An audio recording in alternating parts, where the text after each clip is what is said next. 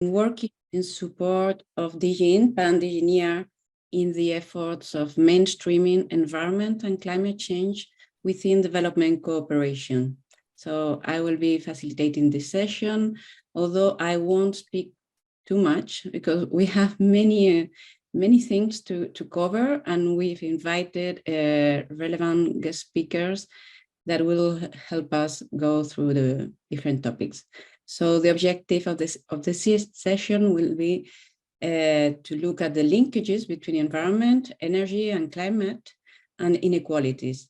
So we will be exploring how inequalities are related to the management of natural resources, and understanding these linkages will allow us to ensure a proper design of the actions. We will be looking at approaches promoted by the European Commission on the Green Agenda in Development Cooperation. And the different examples will cover aspects of social justice, inclusion, and support for a just transition to low carbon economies. So the seminar is structured in 3 phases. First, we will have the introduction by the European Commission, Bernard Crabet, and Oxfam, who will set the scene and present the commitment and the approach of DG INTPA and DG NEAR in the promotion of a Green Deal and just transition in our partner countries. Secondly, the guest speakers will present these concrete examples from EU-funded interventions in the areas of biodiversity protection, environmental management, and just transition, where there is a clear focus addressing inequalities. And third, we will proceed to a panel discussion with the participation of all the different speakers. And here, Jerome will also support us as facilitator, and we will answer to your questions and comments. To receive your comments and questions, you can use the HowSpace platform. I think it has been already presented in other sessions.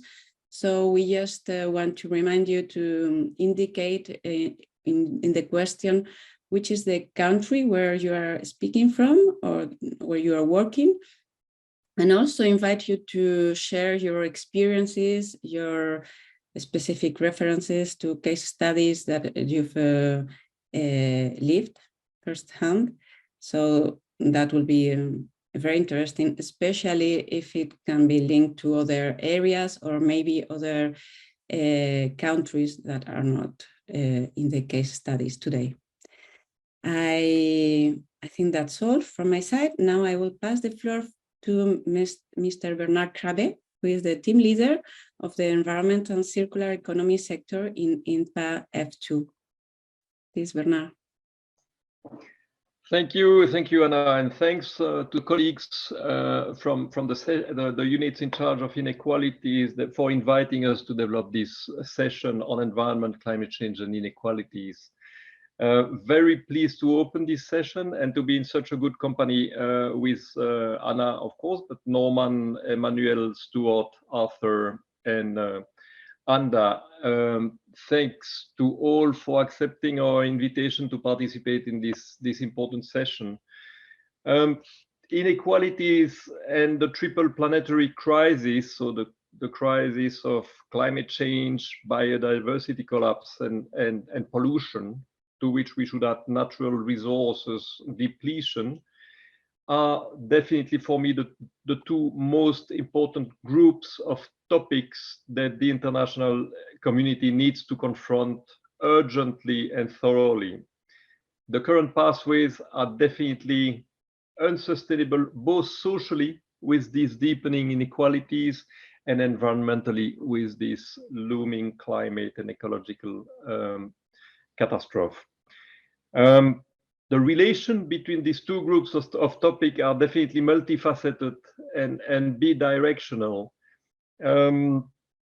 No later than yesterday, and I'm sure you have heard about it, the Intergovernmental Panel on Climate Change produced a new landmark synthesis report That is perhaps the most important report on the table for the future of humanity and the future of our planet. This report highlights again this very fundamental and unfair reality that the people and countries that contributed least to climate change and environmental degradation, in particular the LDCs and the small island and developing state, and in particular the poorest segments of the population in these countries, are the ones that contributed so only a tiny fraction of greenhouse gas emissions historically, but they are definitely the most affected, and they are also the least able to cope with the impacts. So then it's clear that climate change and environmental degradation disproportionately affect the poor through food insecurity, through higher food prices, through income losses, through lost livelihoods, through health impacts, displacement, and so on. As well, climate change and environmental degradation undermine our capacity to achieve the SDGs, particularly those that relate to poverty, hunger, health, water, cities, and ecosystems. Reversedly, keeping climate change under control and avoiding ecosystem collapse is a condition for achieving the SDGs. And the poor, in many ways, are the first to benefit from avoided impacts on food and water insecurity and on health.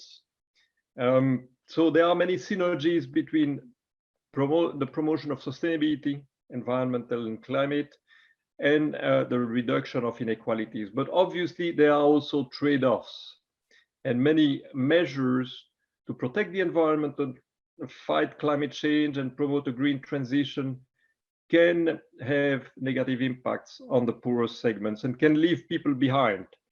And so we'll see this in the various presentations, that for the green transition to succeed, it must be inclusive, it must put social justice at its heart.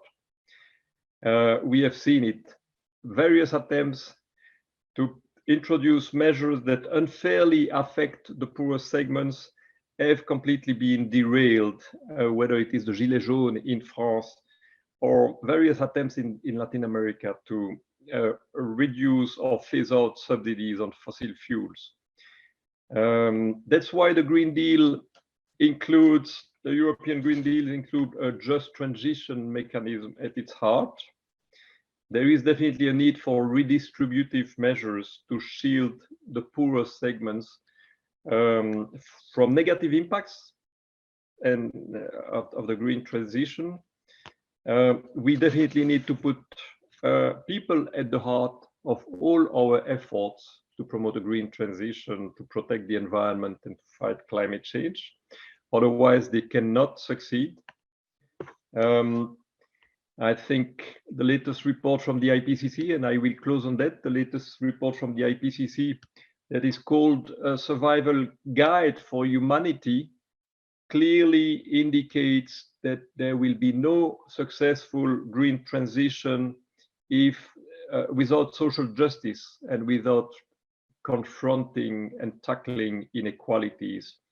So again, these are the two most important topics that we are and challenges we have to face. I'm very pleased that we have a number of very bright presenters that will be able to dive into the different dimensions of this topic. Do we do enough? They will provide a few examples of what INTPA promotes at this nexus. Do we do enough? Surely not. I hope the discussion today will help us to better connect these issues and better act on both sides. Thank you, and back to you, colleagues. Yes, thank you, Bernard. Now is Norman Martin Casas, who will present the state of play of inequalities linked to environmental degradation and climate change. Norman is working for Oxfam, supporting climate resilience programming and influencing work in West Africa and the Sahel. So please, Norman, go ahead. Thank you, Anna. Can you see the screen? Yes, perfectly. Okay, thank you.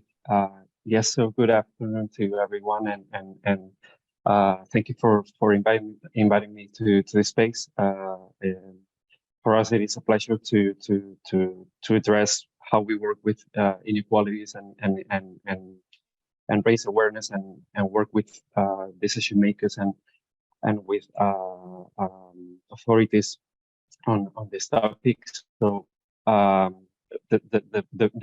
the content of the presentation that will be dealing with will be about setting the scene on climate and environmental inequalities, based on the work that Oxfam has been supporting with partners and country offices in our programmatic and influencing context. And I'll be addressing some of these examples that we have supported in the two dimensions of climate and environment. So first of all, starting with climate inequality, the first thing that, of course, as Bernard has mentioned, first of all, there are multifaceted inequalities, and there are different ways we can look at them. But one of the useful ways to look at how climate inequality is shaped is to look at three specific dimensions of inequality. On the left side of the screen, there is a graph of recent research published by Lucas Chancel, which looks at specifically these three dimensions of inequality. And it's a pretty representative overview of how this looks in terms of unequal impacts and unequal capacity to respond and unequal emissions. So, as Bernard has clearly outlined in his introduction, first of all, there is the unequal side of the emissions. Who has caused the problem? And you can see in this graph that almost half of the emissions are concentrated in the top 10% aggregate of the richest population. And this amounts for the same emissions as the rest of the world, as you will also see in another graph in the next slide. Then the highest impacts, as Bernard has also outlined, are unfortunately heavily lying on the poorest percentiles of the population, and at the same time, they are the ones who have the least capacity to adapt, as expressed in this graph in terms of capacity to finance, technical financial capacity, and we call it also the adaptation capacities to deal with climate change. So this is just an overview to show how these two big dimensions of inequality, impacts and capacity to respond, and emissions are being felt differently by these different groups. And about the inequality of emissions, as I said before, in the left column, in the left graphic, you can see how this is unequally distributed between these different income groups, where the richest 10% contaminate the same as the rest of the world, and the richest 1% are also responsible for double the carbon emissions of the poorest 50%. But it's also important to look at inequality of emissions, not just from the perspective of the income groups, but also who are the most responsible companies, who are the most responsible countries as well. So in the middle of the slide, you can see some of the data that we've been extracting about the responsibility of the largest companies in terms of industrial greenhouse gas emissions, where just 100 companies have a 71% share of these emissions, but also 20 companies are responsible for more than a third of all greenhouse gas emissions. This is just to show also how, when we are dealing with inequality of emissions, it's important to look at the richest individuals, but also to look at the most responsible companies and hold them accountable. And at the same time, looking at the countries, the G20 countries specifically account for 4/5 of the current greenhouse gas footprint. And finally, just to mention also that we've done recently a study which looks at the emissions of the richest, and this go beyond consumption, and specifically the investment-related emissions are very important here. Then the inequality of climate harm is also an important aspect to look at, and just to stress that it goes beyond the divide between the most poor countries and the richest countries. Also within countries, there are different elements of inequality, different impacts that are happening between the richest and the poorest. In richest countries, it happens often that some of the most marginalized communities suffer the most when there are high impacts from extreme weather events or progressive damage due to climate change. And also the other way around in poorest countries, when richest people can more easily overcome climate crisis. And in the graph below, you can see this is the vicious circle of structural inequalities that fuels more severe impacts to the lower income and poorest and more vulnerable and disadvantaged groups. And this creates a vicious circle of impacts and higher inequality. It's important to mention here how these impacts are unequally distributed due to existing gender discriminatory norms, policies, and practices, and affecting highly to the women and girls. And there are different examples of how women and girls suffer more from these impacts of climate. And as you can see in this list, their higher exposure to climate extreme due to the gender-based roles and precarious living conditions that they're having. Or for instance, when crises hit, women and girls are often the ones who have to suffer more increased workload, and then also abandoning their education or being forced to marriage for dowries or additional income to overcome the crisis. And also they are often the ones who have less resources to face these impacts. Other issues related to less opportunities to migrate and escape from a crisis, or also increased gender-based violence that aggravates existing before, but it aggravates when this crisis hit. And lastly, also, they are often excluded from decision-making spaces for climate action to define how the response plans or the adaptation plans have to be defined. And lastly, the third dimension is about the capacity to adapt. And there are two elements here: loss and damage and climate finance. And this graph here shows how the different appeals, humanitarian appeals related to extreme weather events have been evolving since 2000. And you can see that the amount of finance for humanitarian appeals that hasn't been covered, or we call them in the graph the funding shortfalls, is almost exponentially increasing. And this is a very concerning trend, showing that the capacities to adapt and to overcome this crisis are being even, the gap is even higher as time, over time, and these funding shortfalls have to be filled. And then the second element is climate finance and loss and damage. Climate finance. So you can see here, this is an example of West Africa, of a recent study that we commissioned and wrote last year. And it shows how there is a big gap between the average annual financial needs of countries in West Africa, as stated in their NDCs, and the current finance that is being provided both the publicly declared finance and the finance that Oxfam calculates as climate-specific net assistance. Due to the time that I have left, I'll skip to the second area, which is environmental inequality. And here we don't have such structured, at least framework of how inequality is framed in the environment in terms of environmental impacts and human rights abuses, but we can show some of the examples of cases in the ground that show how this inequality is shaped.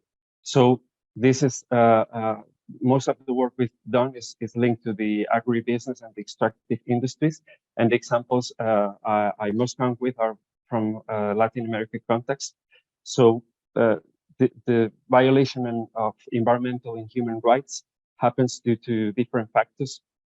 And one of them are the deforestation trends that are happening due to the expansion of agribusiness and also livestock production, as you can see in the graph on the right side.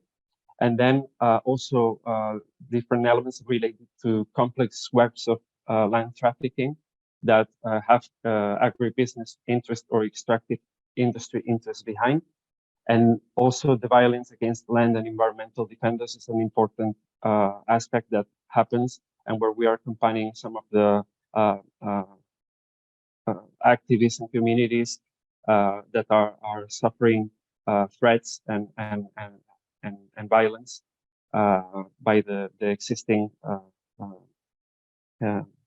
industries. And then also the weak institutional governance and gaps in policies and in policy implementation is also one of the barriers that is, a problem in this context. Then the agribusiness, the extractive industries, we focus also a lot on the oil and on some of the oil plants that have been set up in some of these countries, and these have created social and environmental conflict as a cause of these extractive industries. And we have supported, alongside many other civil society platforms, these problems related to oil spillages in countries like Peru, Colombia, and Bolivia, supporting investigative journalism, research, development of demands by affected communities and civil society, and also supporting to bring cases to court, often accompanied by strong campaigns.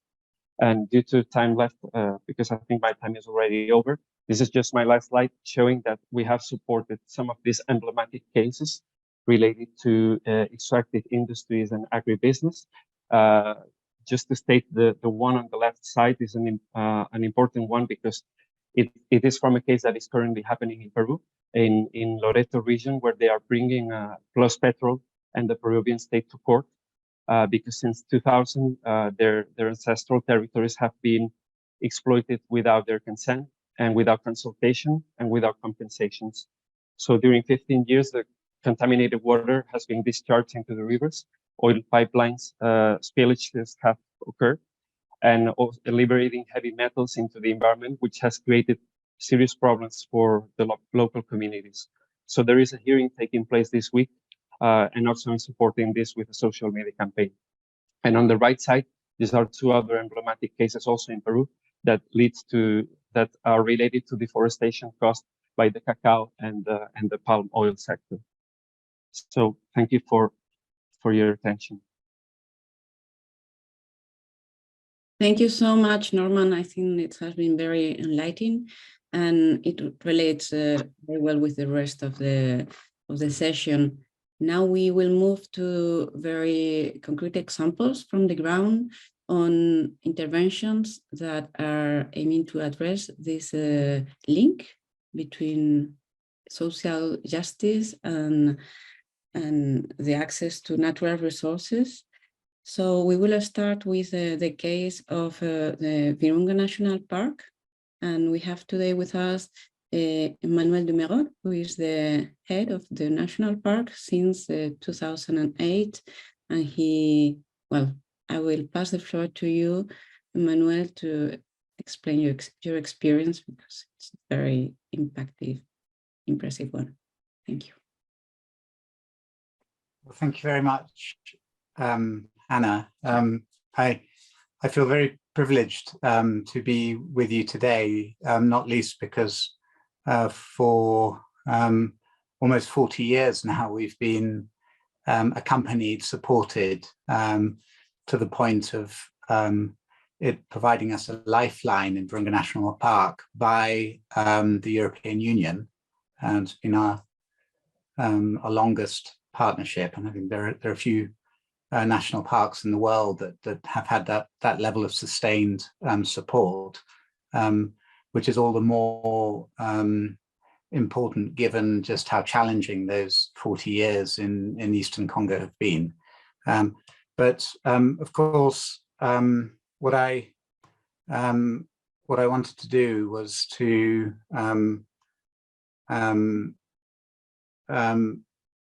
focus on one particular issue, obviously, which is the question that affects this, well, the subject of this forum, which is the subject of social justice. And I wanted to expand it somewhat to a broader issue of world heritage in general, whilst the focus tends to lie more on climate justice in this regard.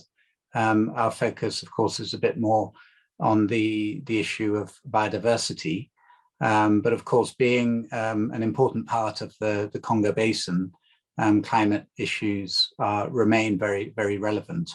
But I'll just start perhaps by introducing our work and the national park. So it's Virunga National Park. It's Africa's oldest national park. It was created in 1925, but it's also probably its most valuable in terms of the sheer richness of its biological assets. It's the park that has the greatest number of bird, mammal, reptile species for any protected area on Earth. It has 3 taxa. It's the only protected area that has 3 taxa of great apes. And then, of course, these extraordinary landscapes. And that's what makes it what I believe was certainly one of the first of Africa's protected areas to be classified as a World Heritage Site in 1979. And of course, it's classified as such because it's considered to be of universal importance to the whole of humanity. And so it's a commitment that's made on behalf of the Congolese people to protect that site for the rest of humanity. So in many ways, it's ourselves who come from all parts of the world that benefit from the continued existence of these extraordinary species. And when we talk about World Heritage, we generally talk about that aspect, how extraordinary these resources are and how they need to be protected. What we rarely talk about is the dark side of that commitment, if I could say, the fact that there are benefits that benefit the whole of humanity, but there are also costs. And that's something that really came to a stark reality for us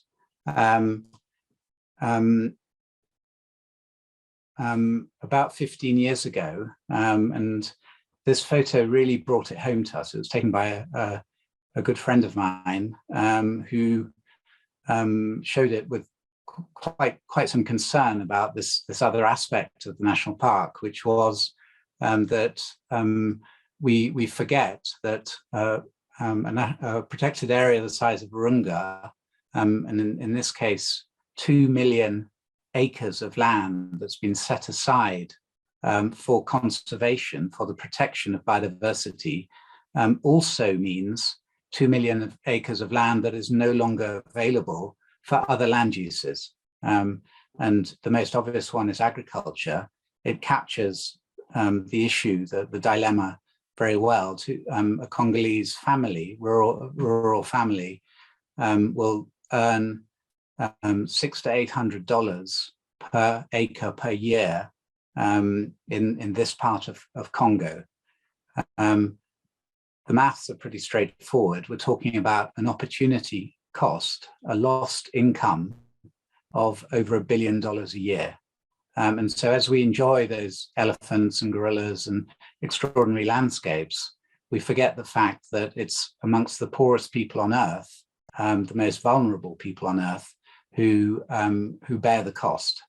There is no better way of describing social injustice. And so really it becomes the framing issue for Virunga's strategy. If we're unable to address that issue, we may be able to protect the wildlife by policing it, but in the long term, the national park is destined to failure if it is the object of such an extreme level of social injustice. And so where you have social injustice, where you have deep-rooted injustice, invariably you get violence. And so it may be no surprise that one of the most tragic, one of the most horrific episodes in contemporary history, which is and unfortunately history is the wrong word because it's still very much present with us today, but in terms of human suffering as a result of violence, armed conflict, civil war, is the situation in the Great Lakes region of Africa. And Virunga really sits at the heart of that. And it's a simple truth to be able, to say that Eastern Congo has been subject to a succession of armed conflicts and civil wars, which together have contributed to the deaths of over 8 million people. And so it really is one of the defining problems of our generation. And we have an obligation to try and understand the dynamics. For our part, all the more so, as every one of those civil wars have started either in or immediately around Virunga National Park. And so there is a compelling problem that we need to address as a matter of extreme urgency. Of course, with respect to our own profession, as it were, our own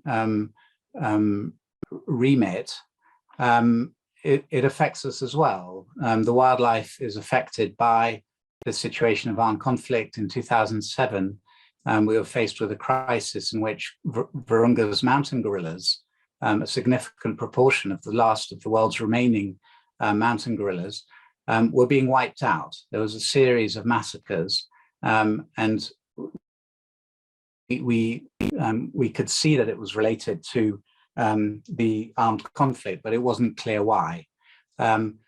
Equally, for our own staff, Virunga has lost over 205 of our staff died during these periods of violence as a result of the confrontations with armed groups.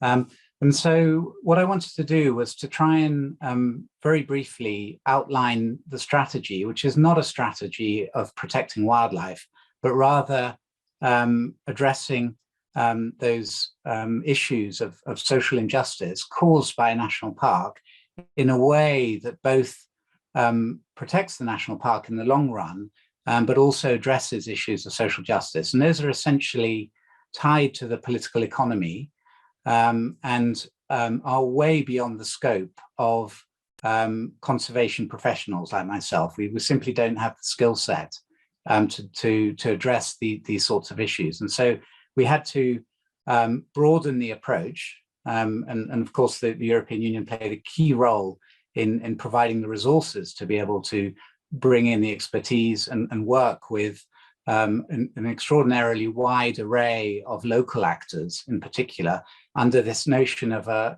Virunga Alliance, and to bring forward the resources that could be brought to bear in a way that is legal, that is sensitive to the environment, sensitive to the communities, and sensitive to the issue of conflict. And it focused really on two things, primarily, using the park as a source of energy to drive a new economy, a green economy. And what we discovered was that this park could deliver 100 megawatts of energy through hydroelectricity, through the park's ecosystems, through the river networks that could drive a run-of-river hydroelectric plants and feed a new economy that is capable of overcoming this incredibly complex problem of access to resources in the region.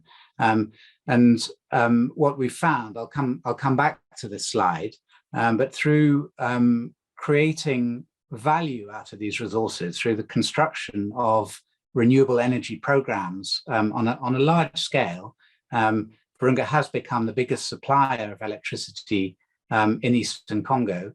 It became possible to create a network that connects the park's ecosystems to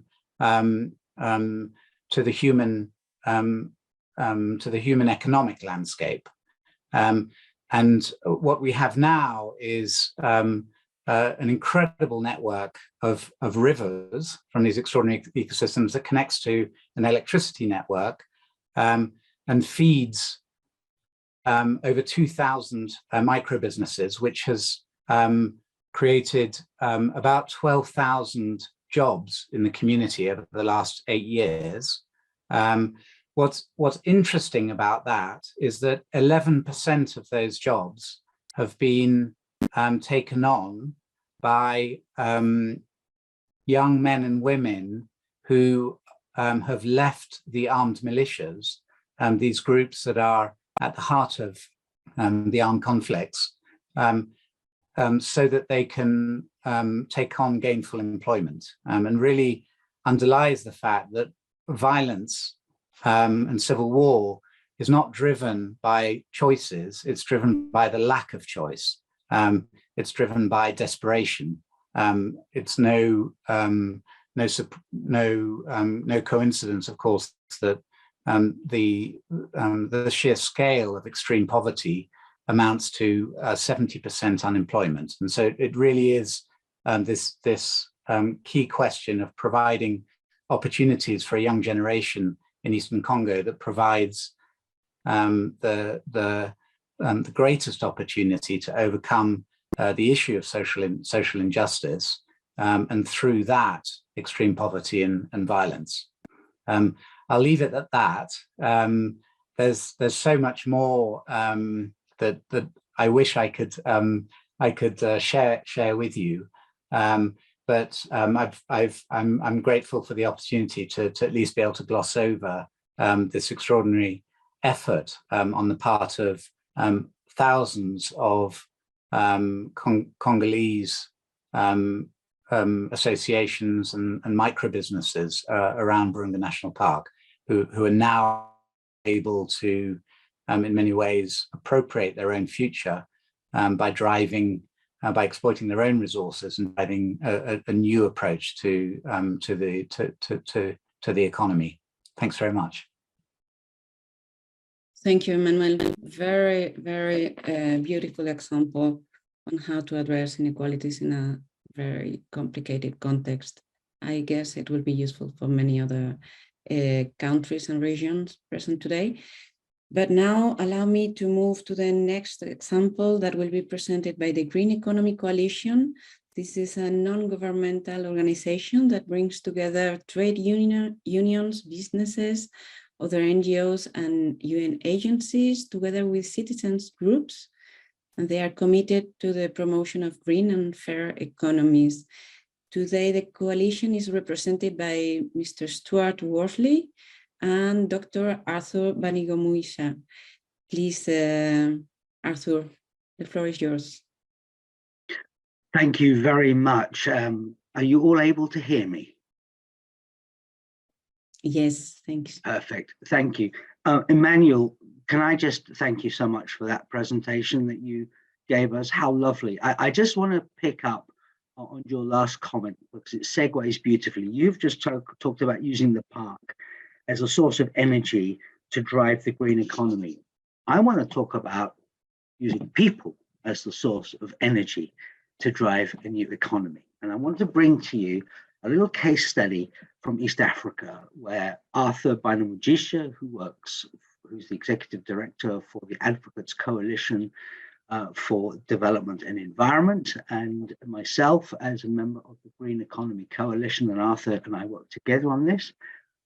We've been working on a catchment area in the River Risi, and I want to talk through that, but I want to kind of tell you why I want to talk to you about that before we talk to you about that. So if you bear with me, I just want to run through a few slides with you. If I can get my slides to change. So a quick overview of what we're going to talk about. I just want to quickly talk about the issue of inequalities and their effects on the poor. And I want to then propose some core strategic solutions that we're testing. And then I'm going to review that with you around the case we have in Uganda. So let's just have a quick look at inequality. I would refer you back to the report by Antonio Guterres, our UN Secretary General, in his Mandela Day speech. And he points to the fact that inequality is the issue of our times. It's bad, and it's getting worse. And it's getting worse, especially for the most vulnerable people in the world. And it's a pre-existing condition that is now more than 70% of the world's people are living with rising income inequality. It's not an issue that is marginal, it's an issue that is now central. I think this has been reinforced severally during this conversation. The expansion of trade and technological process has actually contributed to unprecedented income distribution. If we just look since 1980 to 2016, 1% of the world's population have captured 20% of the cumulative economic growth in those years. And climate change is affecting millions.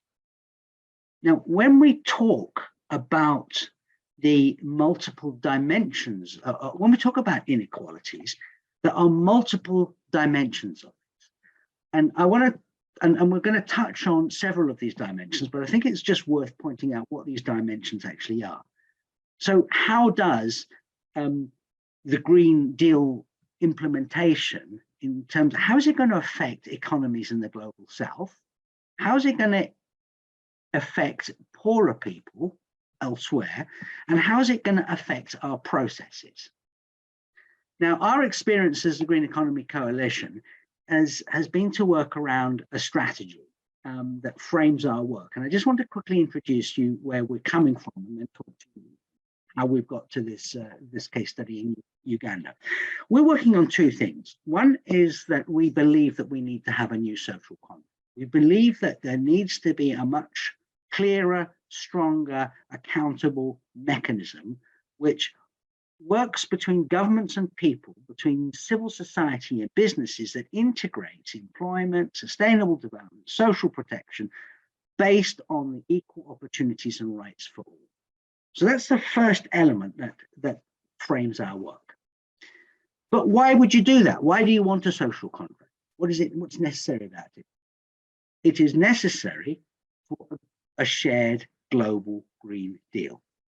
And a shared global Green Deal is one which is based on fair globalization. We've heard repeatedly of this issue of justice being part of this, based on the rights of every human, based on the idea that we must live in balance with nature, we must account for future generations, and we must measure success not in terms of economic productivity, but in terms of human outcomes. With that in mind, the Green Economy Coalition works through a process which does a few key things. The first thing we do is that we mainstream participation. We say in any solution that is to be created, people must be involved. Now that involves processes of inclusive deliberation.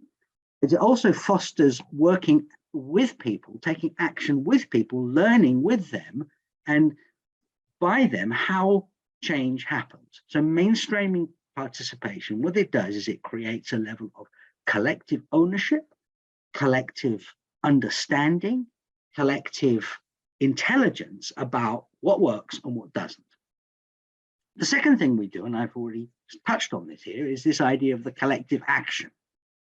That is not just a few of us talking and consulting with the poor and then a few acting at the top. This is about getting multiple action across the whole system. So what we do is we begin to promote, using action research and action learning, we do interactions with policy platforms, and we get governments and peoples and businesses to look at the whole system and to plan around outcomes. What I mean by outcomes, we're looking for a result in a change in human well-being. And we convene government, civil society, business, academics, activists, and more. Thirdly, the thing we do is we build around issues that matter most to the people who are involved.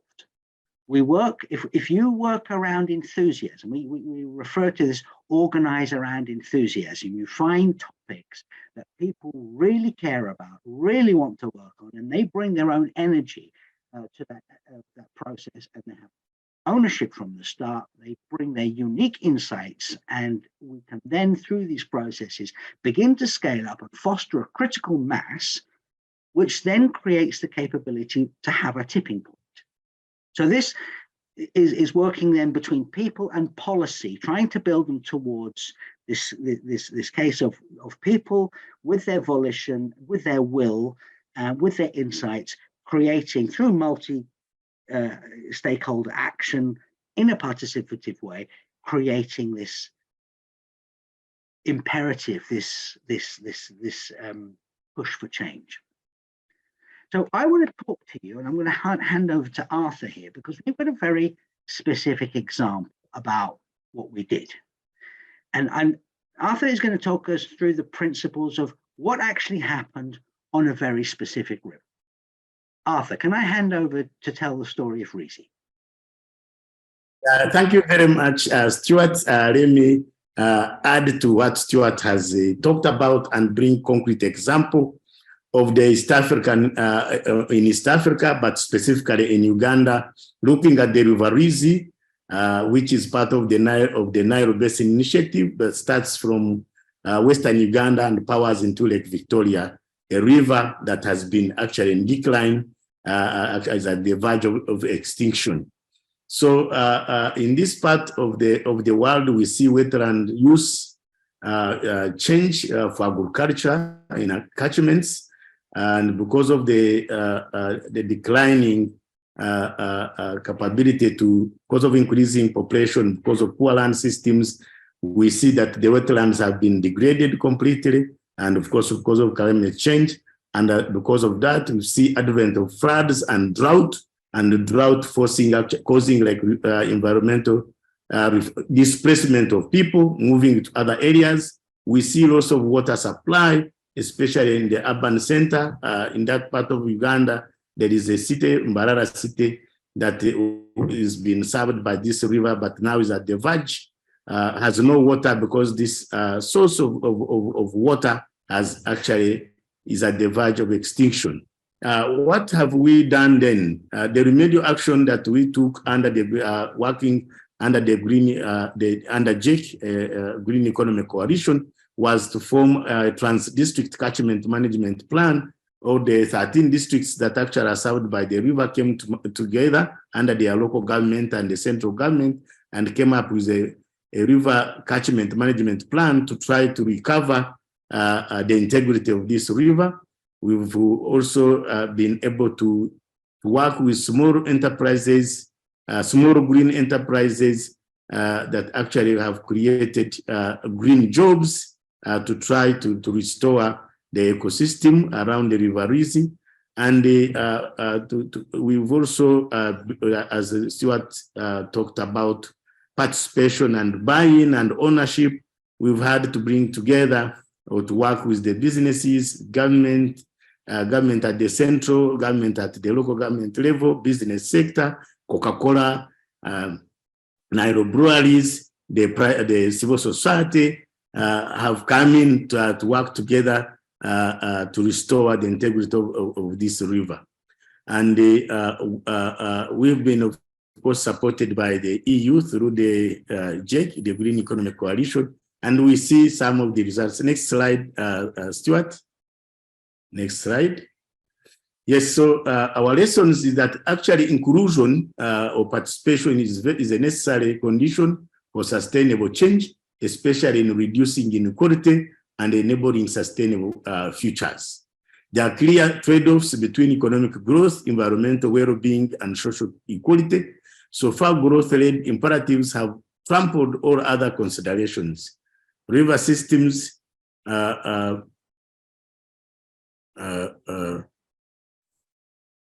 systems. This slide, you can finish this slide. Yeah, thank you, Arthur. So we did an analysis of all of our work across, and I thought I just wanted to pull out these 3 learning points that came out, and I think the key element of what's happened on the River Rizi is that we have been able to create a critical mass which has created a change. The River Rizi is now under a structural change and it is moving towards repair. People are involved. As a result of that, I may just quickly go back to the last slide, is that it's now, this coalition is building up to cover all of Uganda's rivers. And we have just started a new initiative across, and we're trying to expand this whole participatory river management system across the whole of East Africa. It's scalable. This idea of inclusion is scalable. And the lessons that we just wanted to bring out of this is that, number one, inclusion is a necessary condition for change. If you don't have inclusion, you don't get changed. I would just like to remember what was just said in the last presentation, that if you have social injustice, the change that you require is never going to happen. So inclusion, we say, is a necessary condition. Number two, what we have done here is we pointed to some trade-offs, and the trade-off that existed on the River Rizi was a trade-off between money and economic growth and the health of the environment. And the decision makers at that time did not value nature.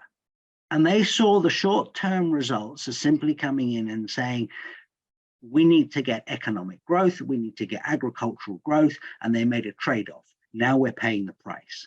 So the issue here is there are trade-offs. We believe that using these inclusive processes, the understanding of what the trade-off means is best understood by the people who live within that place. So this whole idea of a governance process which pulls people together to understand what is the trade-off and start making these choices gives us a much more effective way of beginning to tilt the system away from where the trade-off normally exists, which is that the only thing that matters is financial returns in the short term, to be able to say, but wait a minute, we are sacrificing our future. So the idea of the trade-off and the use of people here in managing the trade-off, I think is critical. And a third point I think is really important to say is everybody comes back to me and says, oh yes, but Stuart, participation, it takes such a long time and it's so slow and you've got to give everybody. Our measurements show that actually river systems are being restored at a rate that is faster through collective action than that which is possible through bureaucratic process alone. Let me put that another way. When it's just done by planners, it only goes so far. When it's done with people, it actually goes very, very far. There's an old saying which says that if you want to travel fast, you can travel alone. If you want to travel far, you need to travel with others. And the idea here is beginning to this idea of collective action. It actually takes you faster and further than is possible with a bureaucratic process alone. Now, if anybody of you are interested in reading up any of these, this presentation is going to be available afterwards.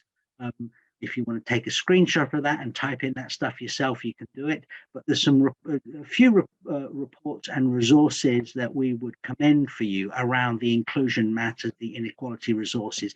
And then actually, if you're interested in the River Rizi Catchment Management Plan, it's there as well. I'm going to close there because I think that's enough from me. And I hope that was clear for you all. Thank you very much for listening. Thank you. Thank you. Thank you, Stuart.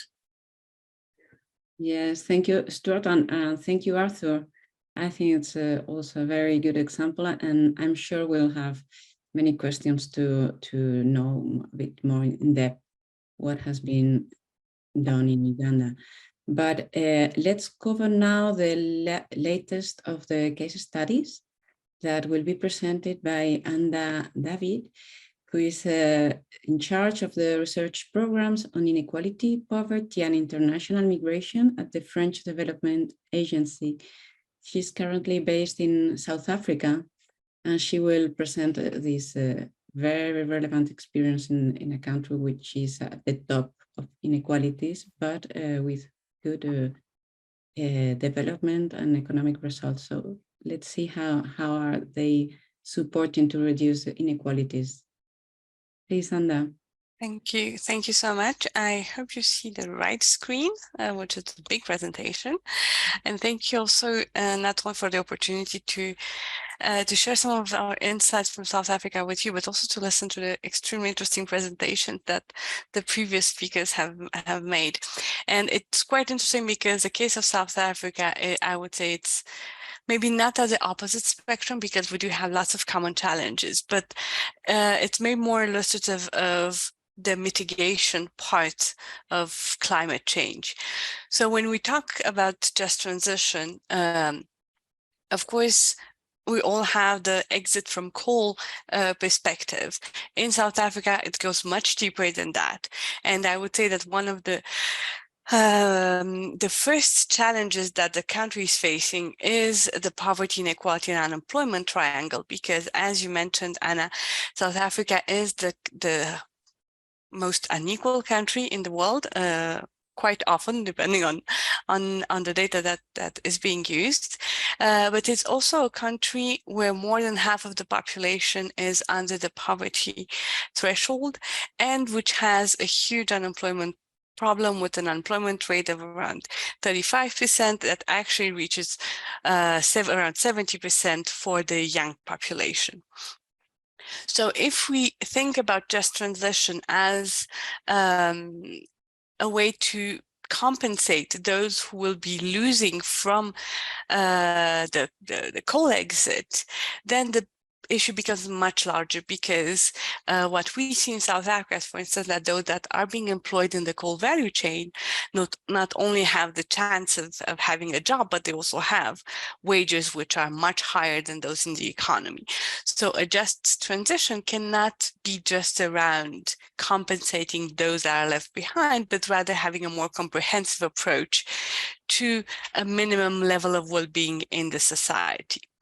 If we move beyond the social, so South Africa also has a very high carbon intensity. It's a country which is crucial for the continent, as it generates around 40% of the continent's electricity, but most of this electricity is highly reliant on coal. And if we add to that the fact that the whole economy has been built around what we call the mineral energy complex, we find ourselves in an economy which is, even though much more diversified than other African economies, but it's still very dependent on its mining industry. And Eskom, which is the national energy utility and the major player in this transition, is being faced with a very large array of issues that go from governance issues to a huge debt burden, and to I would say theft, to a lack of skills. So the situation of the South African economy when it comes to coal, it's a little bit schizophrenic, if I could put it like that, because not only they're very dependent on coal, but they have a huge energy production problem, which makes it impossible to, for instance, shut down the coal plants in the short term. We are faced with load shedding episodes, meaning that we have planned electricity cuts that recently have gone up to 12 hours per day. So even the thresholds of the emissions for the coal plants have recently been set aside because of the energy crisis. So the whole challenge of actually how do we go from a coal-based economy to a net zero economy is being even more complexified by the fact that South Africa is a country very vulnerable to climate change as a whole. So it's a water scarce country. The most recent draft in 2015 was one of the worst in the century and has had a huge impact in terms of poverty.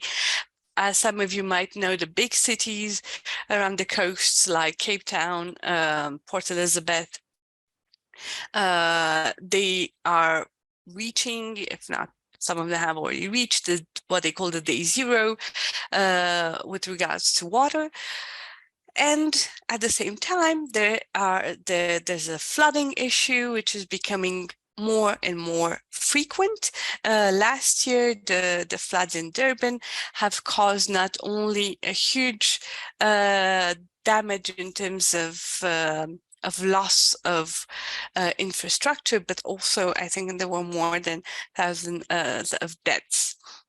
So the whole just transition has been structured in South Africa around the nexus that links water scarcity, the energy issue, the loss of biodiversity, the overuse of land, and the issue of food security.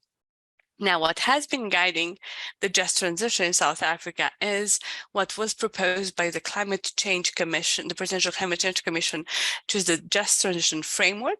And why it is quite relevant for us today is that the Just Transition Framework recognizes 3 dimensions of justice. The first one being the procedural justice, which implies the inclusion and consultation that Stuart, for instance, just mentioned, meaning that the form under which the decisions are being taken around the just transition need to be inclusive and not only in consulting the marginalized communities, but also making them an actor of the decisions. It's also based on distributive justice, which means that the resources and the risks need to be equally or equitably allocated across the winners and losers. And what's even more important is the restorative justice element, which allows us to take into account the past and use the just transition and this new framework of development in order to try to tackle the huge inequality issue that is hampering the development of South African society. For now, we are in the stages of thing around the implementation of the Just Transition Framework and how it would be funded, etc. Now, one thing that probably most of you have heard is the Just Energy Transition Partnership, which is this partnership signed at the COP26 in Glasgow between South Africa, the European Union, France, Germany, US, and UK, which is just one part of this Just Transition Framework.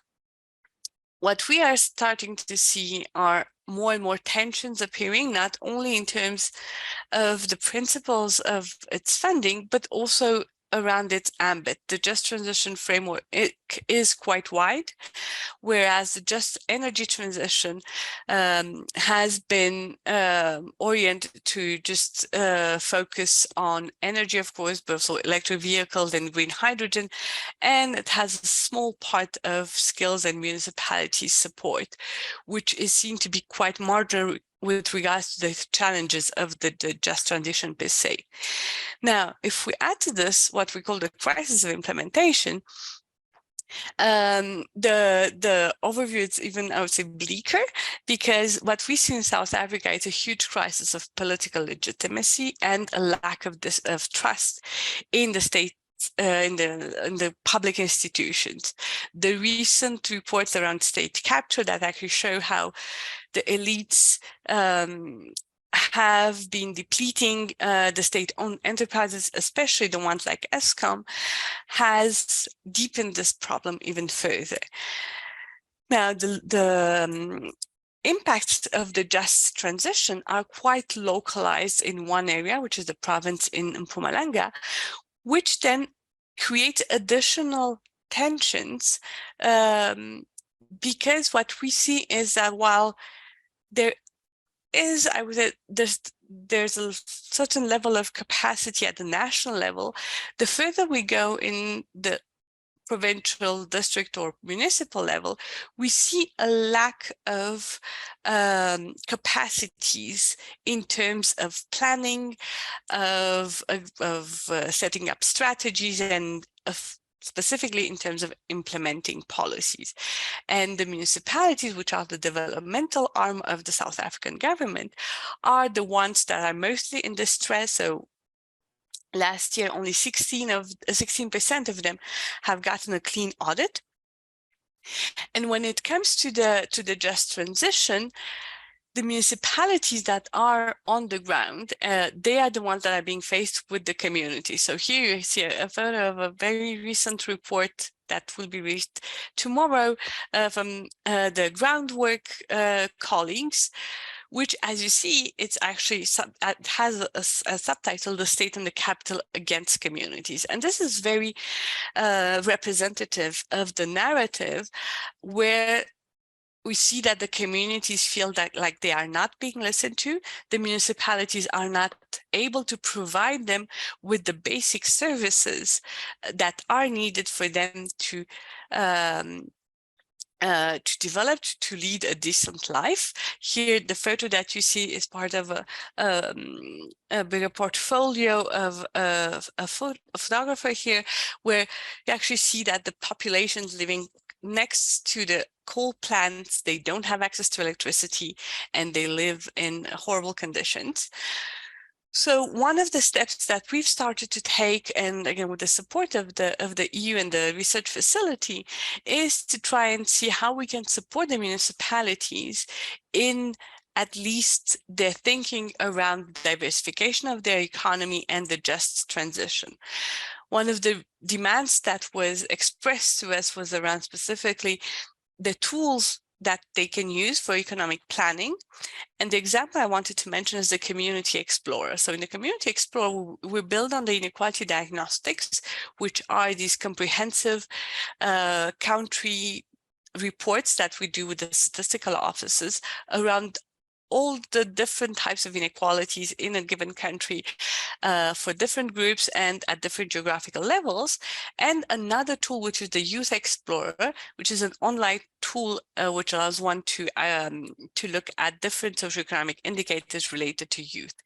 And what we want to do is to expand this to the entire population, and also to allow for a better comparison in time and space, and to specifically look at the service provision. So here you have an example of what the end tool would look like. It would allow us to look at the main place level, so even below the municipal level, and more specifically to try to understand the context of local labor markets, to understand, for instance, where are the job opportunities, what are the skills available, and together with the municipalities to build in the additional information that they need when they need to think about how can they diversify the economy, how they can identify the catalytic projects, and where are their most in-need population, and where are the deprivations that are most visible and felt by the population. So I will stop here, and thank you.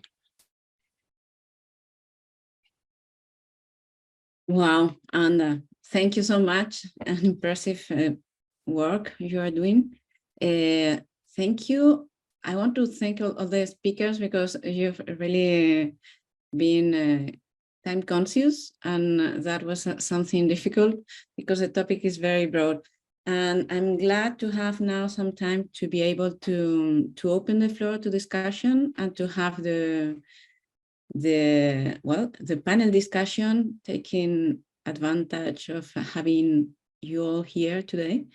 And so I'd like to open the floor to all participants.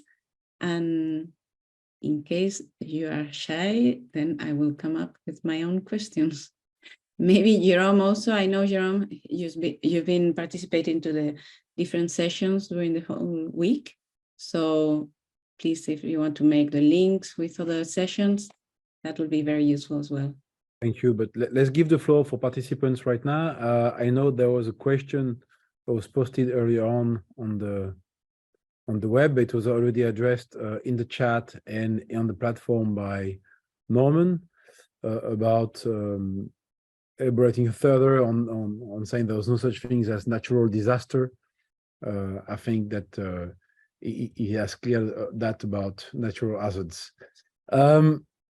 Perhaps we can just simply go on the platform and ask people what was clear, what remains unclear, or what they want to ask questions about. Perhaps that can be set up on the platform with the link.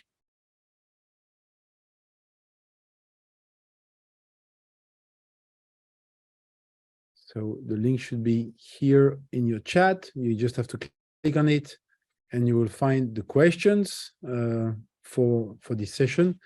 And while you post what was clear, what remains unclear, or questions you want to raise, perhaps, Anna, you can start sharing questions with the guest speakers. Those you had prepared.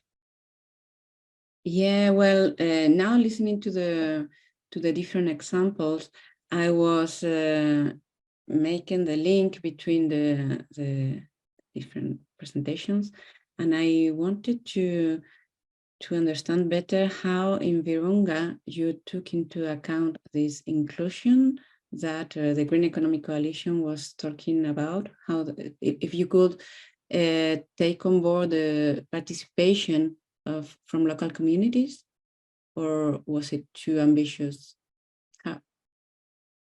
Emmanuel? Thank you, Anna. So certainly it's ambitious, given the scale of society in Eastern Congo, and the complexity of community, as it were, and the sort of lowest hanging fruit when you're trying to promote engagement in very, very challenging environments is to offer as much ownership as you can to that community. And so what we tried to do was to look at what resources, what assets could be made available so that the highest level of appropriation could take place. And so, you know, we worked on energy because it's a basic building block for for people to develop their own livelihoods. Other resources like financial services were developed to provide micro business loans in a way that really overcomes the obstacles that the formal sector, the banking sector, can't overcome very easily. We able to provide financial services to very small, you could call them barefoot businesses, through the electricity network. And that way they were able to appropriate not only cheaper energy, but also access to credit. So, you know, very important aspect of people being able to develop their own businesses. But of course, it goes far, far beyond that. You know, there's the national park itself, which is historically tied into central government, has a perception sometimes amongst many people locally of being coercive in terms of how it controls natural resources. And so creating dialogue committees with, particularly in areas where there are conflict, enabling people to express grievances, and so on. It's a long journey, and we're only really, to be honest, at the beginning. But it's certainly something that has proved to be much, much more difficult than we expected, but much more essential than we thought at the beginning. Thank you. And can you maybe tell us what are the short-term perspectives for the Virunga Alliance? Well, thank you. And we're going through at the moment one of the most difficult periods. If I were to have made that presentation 5 years ago, I would have presented 3 pillars on which we've been building, the park's contribution to the community. I presented energy and agricultural transformation. The third, of course, was tourism.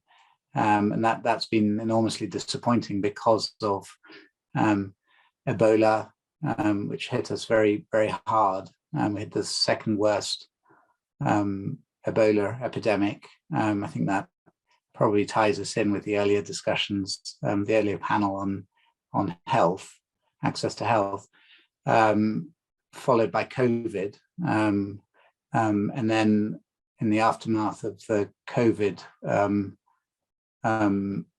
crisis, the civil war started with the ADF militias in the north, and then this M23 rebellion, which started in the guerrilla sector of the national park. So we're in a very, very difficult situation. The biggest supply of electricity is now under rebel control. The park headquarters is under rebel control. We were held there for 5 months earlier this year, at the end of last year. But one of the enormous opportunities of the incredible importance that's attached to biodiversity conservation, to World Heritage in the DRC are the strength of its laws, which puts the National Park Service, it's one of only 2 countries in the world that attach that level of importance in law to the protection of World Heritage, the other being Australia. And so park staff are considered to be neutral and non-belligerent during periods of armed conflict. And so that's enabled us to continue the work, to keep the power plants going, even though they're under rebel controlled areas, and to continue supporting basic services. One of those being supply of water through supply of electricity to the pumping stations in Goma to 600,000 displaced people. That's a program that we're doing at the moment with ECHO.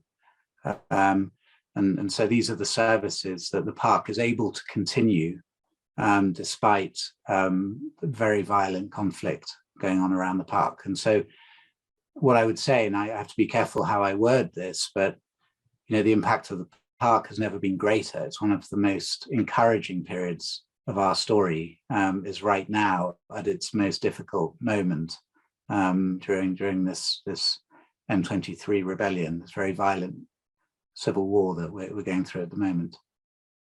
Mm. Thank you. Other reactions, other comments? Maybe, I don't know if I may jump into it from my own angle. I couldn't help taking some notes here about the first presentation being about social justice, the second one bringing in the social contract perspective, and then that bringing in the just transition perspective here. And the context of these 3 presentations couldn't be more different one from another, but we have a common thread here. I'm not too sure how to make that thread, but somehow I think, Enda, in your presentations you brought about these 3 types of justice, and that perhaps is a good pathway for us to follow. If I remember, what we usually call participation and governance will be about procedural justice. We still gonna have governance, obviously, about distributive justice, and the Virunga National Park is telling us about that basically, and how to bring the benefits of having these national parks and its all resources to the people living in the park. But obviously that brings us also to issues about governance and management as well, as you just said. Here we have a source of revenues, and this is under rebel control. And then there's the third type of justice you've mentioned, Enda, and I'm not sure if I'm taking the points too far. Restorative justice with the Rizi River, bringing it back into use. But again, looking at these different types of justice, one starts to think, which instruments, which policy should we go after to press the buttons of these different types of justice, and what can the EU, what can INPA, what can a Team Europe initiative do so that we actually do more. To answer the question of Bernard Krabbe, do we do enough? Obviously we don't, and if we compare the amount of resources we can pool or we can give to any of these cases compared to 1 billion lost income a year in the Virunga National Park, or compared to the situation you've described under in South Africa, it seems that it's not the money that matters here. It's going to be more on how we better the use of existing resources so that they can be better directed. I see you nodding your head, so obviously I've hopefully made a point that you can react on. I can react quickly. I'm not sure it's actually that we can say that it's not just about the money. So for South Africa, if we just think about the just energy transition, so the partnership that was signed was for $8.5 billion. Now, just for the just energy transition, what has been computed as the needed amount for South Africa is around $90 billion. And this is, again, just the just energy transition, not the just transition as a whole. So it's, I mean, I'm not sure it's the right time or place to bring in this into the discussion, but if we talk inequality, we can also talk between country inequality, and how ODA, for instance, has to be a tool to redress that type of inequality. So even if we think around just transition or just energy transition, we're still quite far from the budget that we need. Now, there are other complexities with that have to do, of course, with the capacity of absorption and implementation, the role that the private sector can play, etc. But still, I think we still have a little bit of a margin on what we can do if we were to have more money. Especially if we think about the just dimension of it, because there's no agreement on who has to pay for the just dimension of it. The financial return has been mentioned, and if we think about the technological transition, everyone will want to invest in renewable energy, etc. But no one is actually ready to invest in education and skills, in enhancing the social protection system, etc. I cannot help but make the link with this morning session where it was about health, and at the end of the day, we talked a lot about governance, building institutions, and better use of the resources to address these objectives. And unless that is done, we're not going to be able to address the missing 9/10 of the resources. Perhaps Stewart or Arthur, you want to come in, or? Yeah, I'd be glad to. So I was trying to put my hand up and I couldn't find the button. Listen, I think to me there's just a couple of important points I think here to mention. I think the first thing is I see that one of the common threads through these three presentations is this idea of an inclusive process, and the idea that people are involved. And whether you're talking about Emmanuel's work, which of necessity within the conflict zone has to be done at quite a high level, it is done with the mind of people and the mind of social justice. So the whole idea of that inclusion process is happening even in this of necessity high level action. What we see in the River Rizi example was actually building up a groundswell. If Arthur had perhaps a little bit more time to present it, there was a march of people who actually marched 300 kilometers, who came together and they said, we want to protect our river. There was a political thing of the coming together of different districts who said, 13 districts, you try and get 13 different councils who exist in competition with one another. Normally, they got into collaboration to say, we will do a collective plan. The whole process, I think, is really important. But there's a but, and I think this is a big but, and it's the elephant in the room. I think the way that we have structured our economies in the past has led us towards this point where we've had unfairness hardwired because of the nature in which we trade, the nature in which we do transactions, and the nature in which we value things. And I think that we need to start thinking fundamentally about economic reform.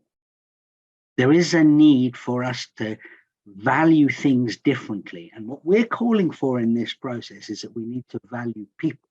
And I think this whole conversation is about the value of social capital, the value of social perspective, the value of social will.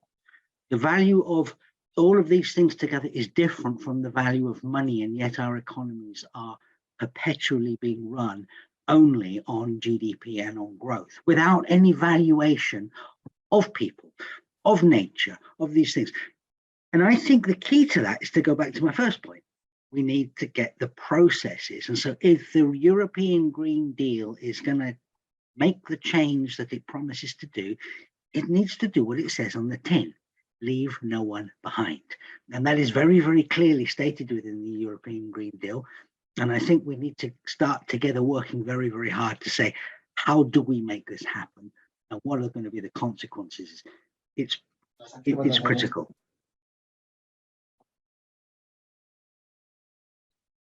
Thank you, Stuart. Maybe I can. I wanted to make the link with the local communities in Uganda case to understand better what is how did you manage to formalize their role in the decision making, how they were recognized as a as a part in this contract. The catchment management plan is an official document. It's a document which has been constructed by the Minister of Water and Environment. And it's a document which has then been upheld by the President's office. So it's a document with teeth. Okay. And the creation of that document through a participative process has done two things. One, it is hardwired into policy what people wanted. Secondly, it is exemplified within the Ministry of Water that there is a process that you can take to actually ensure that inclusion happens within that space. So with those two things, we have used platforms, we've used dialogue platforms where we have pulled together on a regular basis policymakers, companies, peoples to begin to share learning, what's happening, what's working, what's not working, what needs to happen next, what kind of collaborations needs to be happening. So this combination of creating plans, creating platforms, and creating community engagement initiatives, and I think Arthur highlighted the role of small enterprises. That was a particular window that we decided to chase down because small enterprises were proving themselves to be incredibly efficacious in things like managing river banks, creating alternative energy sources to stop the depletion of wetland areas for charcoal, for removing waste and converting waste into different products, for doing water filtration techniques that actually allowed the wetlands to get restoration of value. So the use of beginning to create economic opportunities through wetland restoration kind of initiatives is ongoing, and it is proving to actually be the point. So platforms being useful, creating spaces for people to be able to participate meaningfully, and actually making sure that ties together into policy processes. Thank you. Interesting. we still have a bit of time, but I wondered, Norman, would you be able to come back with the setting you've planted and look at? I mean, we're talking policies here. The EU is a policy animal, let's say, and is also a finance source for many countries where we work, obviously. Perhaps you could make a link there. Yes, perhaps I can complement with the area I'm more specialized in, which is about climate finance and loss and damage finance. And I think here it is also important. It has been mentioned, and it has evolved me a lot to the fact that there is an existing imbalance on how climate finance investments are being prioritized. And what Anda said about the fact that there is more of a tendency to finance renewable energy transition than education, than health, is exactly the same when we talk about climate finance and the divide between mitigation and adaptation.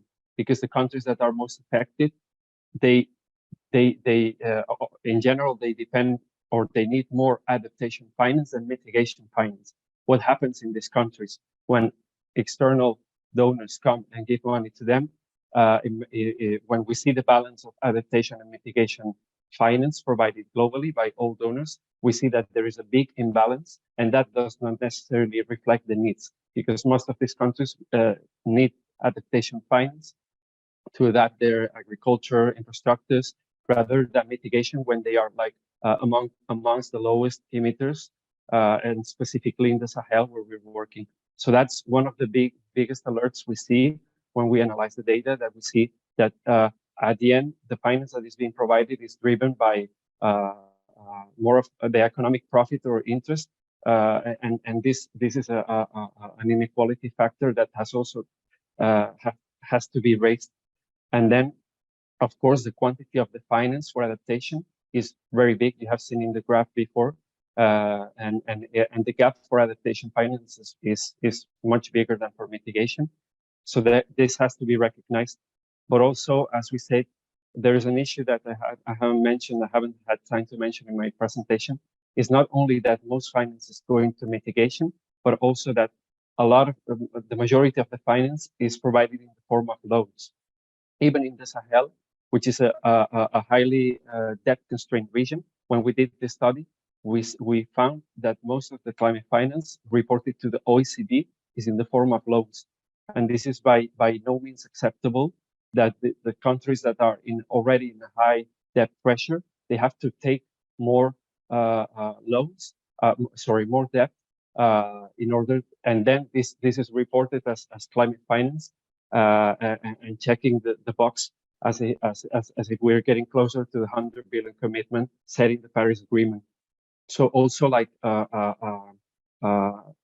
speaking out loud that the loans element has to be really considered, and I think the EU in their funding instruments, they have a responsibility, but they have a policy responsibility, and also when participating at COP to advocate also for setting a limit to the loan elements, to the quantity of loans that are being given, specifically to the most vulnerable countries and regions. And lastly, ensuring also the local access and the consultation elements that you have also raised. It is also important that the finance reaches those who most need it. And in many cases, we see that the finance through the Green Climate Fund, for instance, is reaching larger actors, and there's more need for localized cascade funding instruments that really take into account gender aspects, most vulnerable communities. So this is more or less what I would extract from the climate side. And this applies to climate finance, but also to the loss and damage instrument that is recently created. The message is also that we shouldn't repeat the mistakes that have been made with climate finance for the loss and damage funding instrument that will be set up under the United Nations Framework Convention on Climate Change. Thank you, Norman. And I'm going to go back to you. You're from the Development Agency or Development Bank.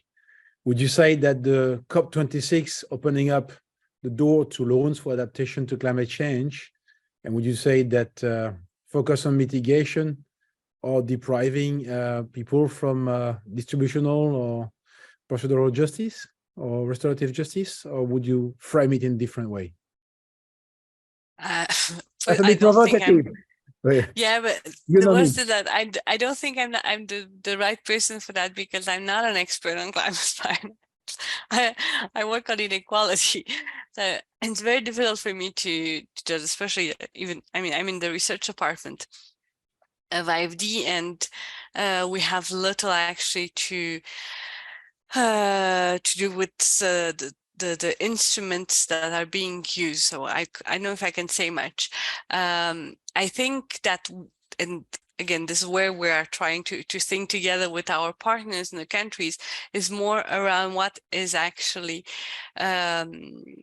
relevant as schemes, as opportunities for support. If I'm not mistaken, some of my colleagues have worked on this recently. The framework is not yet, I mean, not yet settled. I would say it's very difficult to understand who should be paying and to whom. I'm just saying about South Africa again, which is the 12th country in the world regarding emissions. So it's a high emitter. They have been a high emitter over the last decades. But at the same time, it is a country that needs a lot of concessional finance in order to tackle not only its exit from coal, but also all the other issues that I've mentioned around the adaptation. So I think it's difficult to say we can just do loan or we can just do grants, because it has to be probably a case by case. Again, I'm not an expert on this. With regards to France, we are currently reviewing completely the framework for the funding for the different countries in order specifically for us to be able to comply with our commitments. I think for the 100 billion, we are pretty much on track, but we still have a lot of other commitments with regards to aid for which we're not on track. So we're hoping to get there. But I don't think I can say much more that is relevant on this. I wanted to ask you if, do you have data, or Norman, on the percentage of mitigation funding that it's been addressing just transition aspects or more social aspects? Or is it not included within, it's not considered mitigation? So this, maybe I can come in, Nora, if you don't mind, just because we're just having a discussion on this two days before. The only framework that we have for now on transition finance and just transition finance is the one that came out of the impact, the UK-based consultancy that have proposed a framework around what can be considered just transition finance. In South Africa, we're currently working with TIPS, which is a local think tank, and they're working with the European Climate Foundation, the African Climate Foundation, for around the tag and track program around what is actually just transition. But even there, it's very difficult to understand what is just and what is transition. So for now, we don't have that framework. There's no taxonomy. So there's a green taxonomy, there's a climate finance taxonomy, but not a just taxonomy. And the sort of downside of it is that if you think around the just dimension, I mean, any developmental project could actually belong to the just dimension of it. It's very difficult to say, we will not be funding, for instance, the water access in this community because we think that this is not on the just dimension. So the taxonomy's pros and cons, I think, are even more important in the case of the just transition finance. But Norman, I think you know much more on this than I do. And I'm wondering if there's a taxonomy to be had on the process as well. Because when you start introducing a taxonomy, you get into that space where you can say, well, look, we can measure it. So how just are we being? And I'm wondering whether or not, in terms of looking at inequalities and reducing economic inequalities, as a planet, as governments together, we need to begin to create that space to create a taxonomy, perhaps for justice, so that we can invest in it. And I think there's a global argument that needs to be made, maybe to actually start exploring that. Yeah, just to complement, I'm also afraid I don't have much more to say on that. But the thing is that the existing taxonomy on climate finance is really like, yeah, not detailed in that aspect, and it will be important that there is like a push for incorporating the just transition aspect as part of this existing adaptation and mitigation, or divide, which is like, yeah, it can, I think it can enter in both even elements, because mitigation can mean like there is a transition from dirty energy, supporting that country to go to clean energy, but also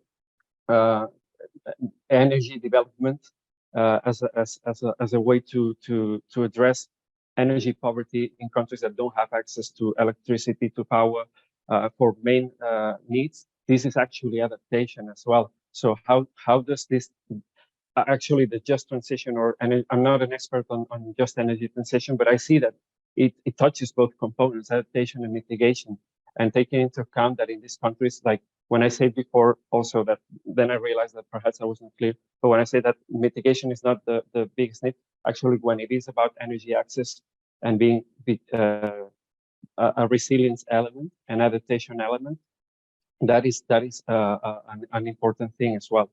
But yeah, I'm afraid in terms of taxonomy, we haven't yet developed neither a kind of framework or proposal. Anna? Jean, if I can just come in to react to what Stuart said on inequality, because this is exactly what we have been working with within the EU research facility, and some of it actually with you, Jerome, and your colleagues, around what would be, for instance, the areas or the sectors that the EU is working in that can contribute to inequality. And we saw how actually difficult it is, because again, inequality being a cross-sectoral issue, everything has to do with inequality. Now, the EU has been developing also part of the facility marker on inequality, which they're currently setting up. So I think that maybe already with the marker, we could start having an idea around this taxonomy, what can actually be reducing inequalities. Although I think it would, yeah, we saw that it can be actually very, very difficult. I mean, after the few sessions we've had already this week, and especially with the sessions on taxation and fiscal policy, well, spending, the sessions on urban and territorial development, the session on health this morning, and then this afternoon with climate change. Climate change has been mentioned in all of these sessions. All of the actors are working, taking climate change and the environment into account.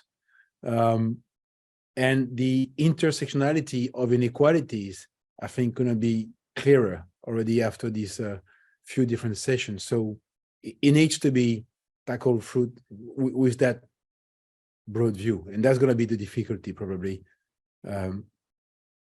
Perhaps the inequality marker, yes, can help us draw lessons over time.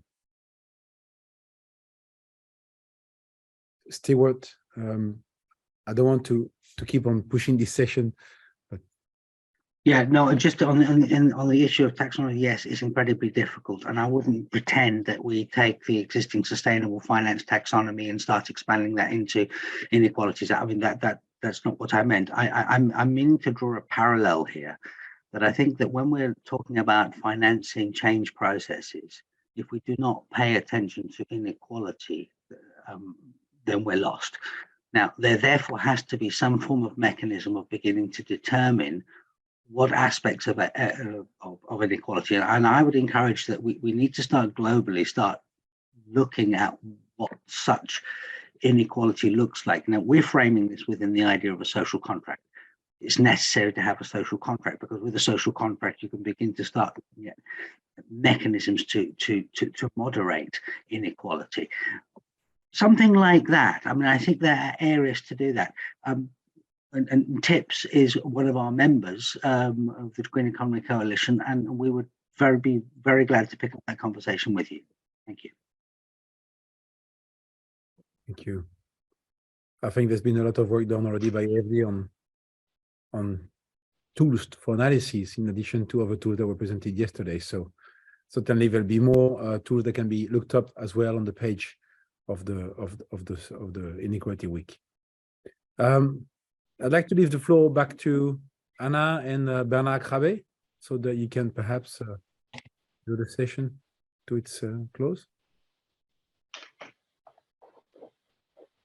Yeah, thank you. Good, thank you, Anna. Ladies first. Okay, no, I just, well, we have still 10 minutes. I don't know if still time for other questions, but maybe start summarizing. I wanted to mention the key aspects that have been covered in the different conversations. I will say that inclusion, it's been all around, and also talking about justice and the finance of it seems to be the most complicated aspect to be still define how to deal with. But probably looking at the coalitions and building alliances, it's one first step, trying to build on the social contract as mentioned by Stuart. Well, if we have more time, maybe you can, each of you, mention like what will be the main aspect to overcome these challenges.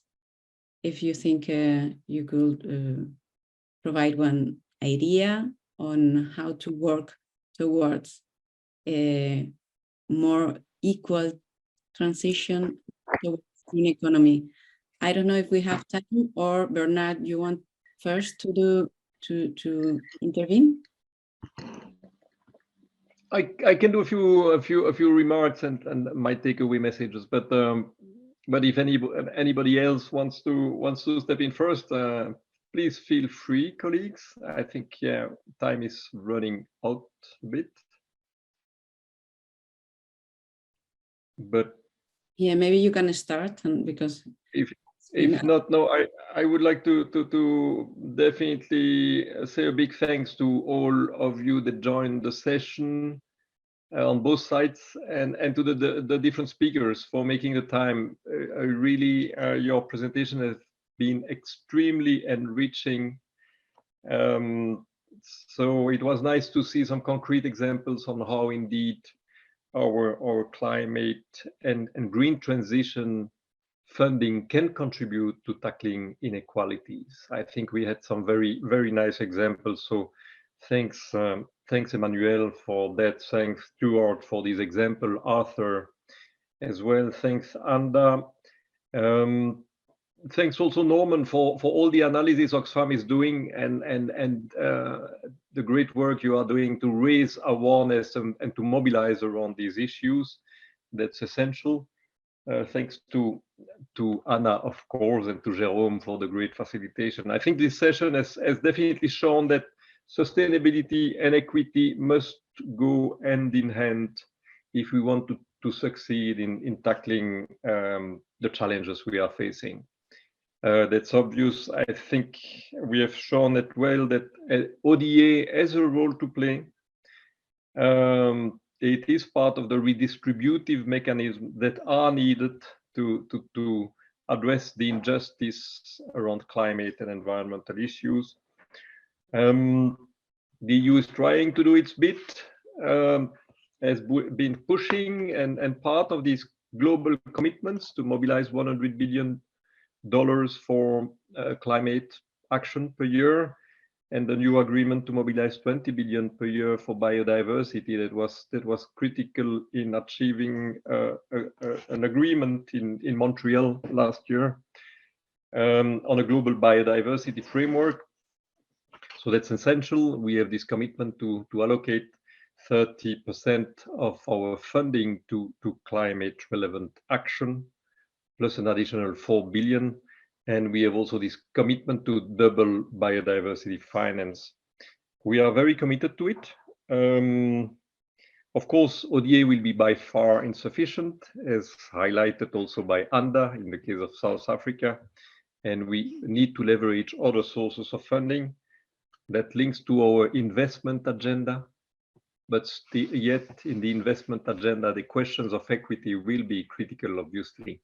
How to make sure that our funding, particularly the investment we leverage, reach the people most in need will be critical, obviously. And that's an area where we need definitely to pay a lot of attention. Also making sure that these investments are respecting strictly the do no significant harm principle, and are accompanied by robust environmental and social safeguards. So I think that's key. So that's a lot about additional money, but definitely I agree with what has been said. It's also about the quality of what we do with the available resources. In many ways, the green transition and tackling the challenges we are talking about is about better managing limited resources and achieving multiple or contributing to multiple objectives with the same euro. So I think that's something we need to further work on. Indeed, I think we are both in a way trying to mainstream our topics across everything the EU is doing. You are promoting equity across everything we do. We are promoting systematically environmental and climate sustainability. I definitely think that we will need to sit together how we can join forces more systematically in this work on cross-cutting issues. So definitely we will have a follow-up meeting on these topics. But again, I would like to thank all of you for this bright session. It was a very enriching discussion, and we have definitely a lot of work ahead to promote equity and sustainability.